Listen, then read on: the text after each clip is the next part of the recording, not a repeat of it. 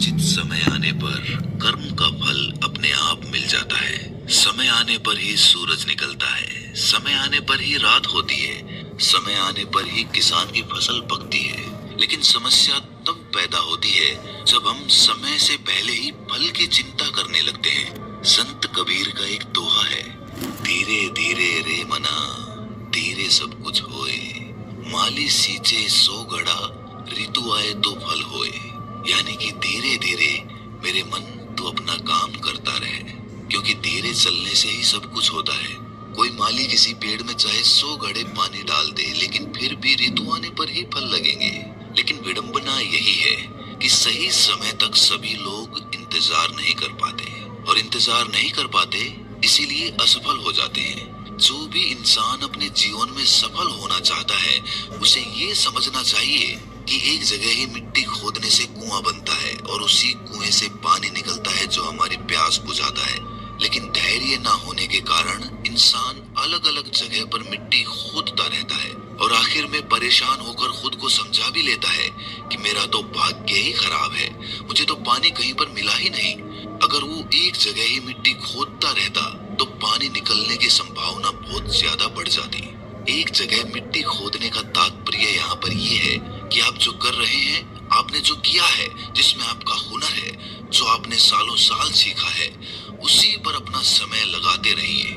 चाहे अभी तक आपको उसमें सफलता नहीं मिली हो, लेकिन निराश मत होना, क्योंकि अभी आप सफलता के बिल्कुल नजदीक खड़े हैं। अगर अभी आप हार मान गए तो आपको फिर से एक नई शुरुआत करनी पड़ेगी, कोई नया काम सीखना पड़ेगा, नया हुनर पैदा करना पड़ेगा, और उसमें फिर से सालों का समय लग जाएगा।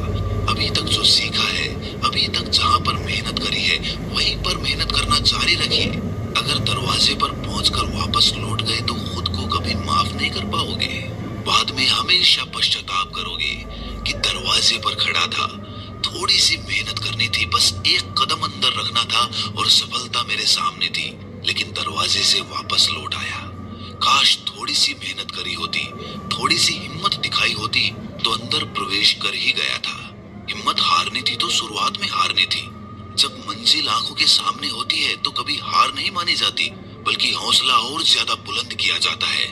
जो लोग समय और धैर्य के सिद्धांत को नहीं समझते हैं, वो जीवन भर अलग अलग कार्य क्षेत्रों में प्रयास करते रहते हैं, लेकिन उन्हें सफलता हासिल नहीं होती। ऐसे लोग अपने जीवन से भटक जाते हैं। आखिर में पश्चाताप के अलावा कुछ हाथ नहीं लगता। अगर आप एक ही रास्ते पर मीलों तक आगे बढ़ चुके हो तो वापस लौटने का कोई रास्ता नहीं होता है। अगर आप उस रास्ते से वापस लौटोगे तो फिर से वही मुश्किलें सामने आएंगी, वही कांटे फिर से पैर में लगेंगे, वही तकलीफें फिर से जन्म लेंगी। यही रास्ता आपको अपनी मंजिल तक पहुंचाएगा। अगर रास्ता बदलना था तो शुरुआत में बदलना था, अब कोई चारा नहीं है।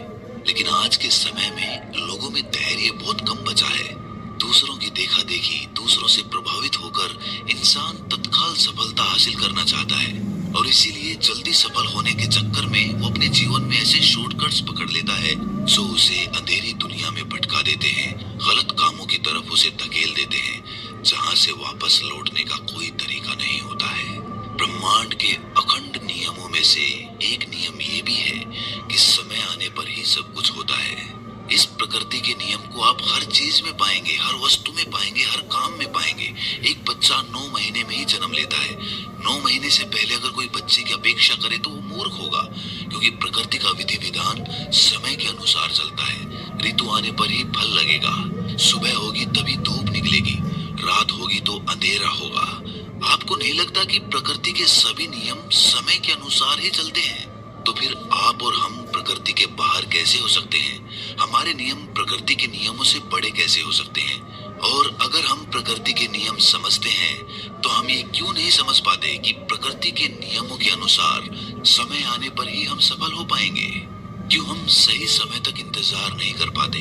इसका जवाब ये है कि हमें सही समय का पता ही नहीं होता। सुबह का और शाम का तो हमें पता होता है कि किस समय आएगी, लेकिन हमारी सफलता हमें कब मिलेगी उस समय का हमें सही पता नहीं होता, और इसीलिए हम उम्मीद हार जाते हैं, अपना रास्ता बदल देते हैं और जीवन में असफल होते चले जाते हैं। ये भी सोचने की बात है कि एक इंसान कितना इंतजार करेगा, 5 साल, 10 साल, 15 साल, और तब भी उसे सफलता नहीं मिल रही तो उससे ज्यादा इंतजार भला वो क्यों करेगा?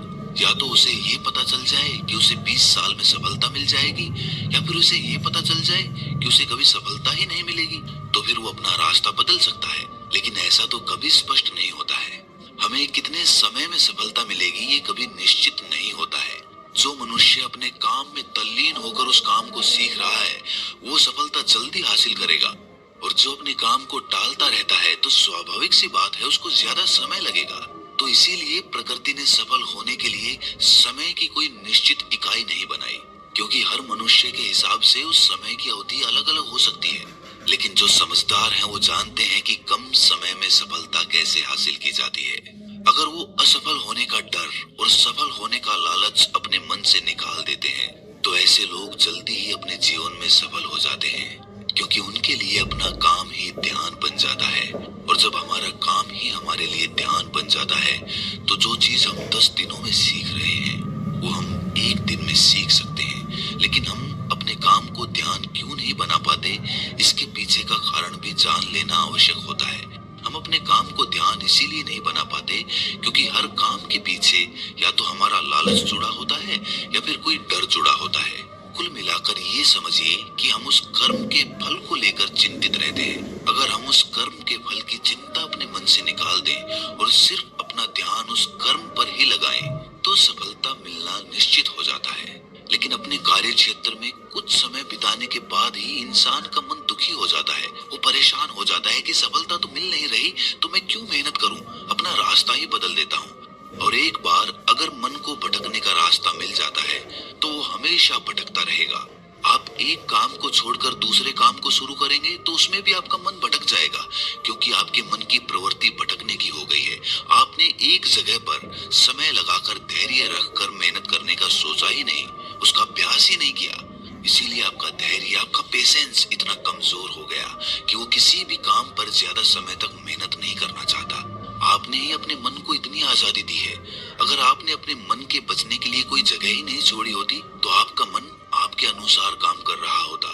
लेकिन आप अपने मन के वशीभूत होकर अपने रास्ते बदल लेते हैं, और इसीलिए आपका मन भटकना सीख जाता है और वो आपका कहना नहीं मानता, बल्कि आप खुद अपने मन के गुलाम हो जाते हैं। ये गुलामी की जंजीरें मरने तक आपका साथ नहीं छोड़ती और आप अपनी आदतों के गुलाम होते चले जाते हैं। कुछ लोग उसे आलस्य का नाम दे देते हैं, लेकिन आलस्य यहीं से जन्म लेता है जब हमारे मन को बचने के लिए जगह मिल जाती है। मन को बच निकलने के लिए 1 इंच भी जगह मत दो, एक भी बहाना उसका काम ना कर पाए, ऐसी व्यवस्था सुनिश्चित करो, क्योंकि मन का काम हमेशा आपको भटकाना रहा है। जो चीज मन को हासिल हो गई वो व्यर्थ हो जाती है, और जो नहीं मिली उसके लिए मन तरह तरह की योजनाएं बनाता रहता है। मन का स्वभाव एक जगह ठहरना है ही नहीं, वो पानी की तरह बहता रहता है। लेकिन अगर हम अपने मन को समझने का प्रयास करें, तो हम उस पानी के बहाव के साथ बहते चले जा सकते हैं। उसके बाद हमें प्रयास नहीं करना पड़ेगा, जोर जबरदस्ती नहीं करनी पड़ेगी। मन को समझने के बाद आप अपने मन के मालिक हो जाते हैं, और एक बार मन के मालिक बनने के बाद आप अपने मन से जो चाहे वो काम करा सकते हैं। और मन को समझने के लिए सिर्फ एक सूत्र याद रखिए कि समय आने पर सब कुछ होता है। अगर आपका मन पेशेंस या धैर्य रखना सीख जाता है, तो आप अपने मन को समझना शुरू कर देते हैं, क्योंकि धैर्य और प्रतीक्षा ही मन के ताले की चाबी है। मन को जल्दबाजी में समझा ही नहीं जा सकता। ये इत्मीनान का काम है, ये ध्यान का काम है। जब आप ध्यान करना शुरू करते हैं, तो आपके मन का धैर्य बढ़ना शुरू होता है। आप एक ही जगह पर बहुत देर तक केंद्रित रह सकते हैं, और इसीलिए आप अपने मन की गतिविधियों को समझना शुरू कर देते हैं। आपका मन जल्दबाजी की वजह से इधर उधर भागना बंद कर देता है, और उसके बाद आपके मन के ताले की चाबी उसे खोलना शुरू कर देती है। और धीरे धीरे जैसे जैसे आप अपने मन को समझना शुरू करते हैं, वैसे वैसे आप पाते हैं कि मन के नीचे तो खजाने दबे हुए थे।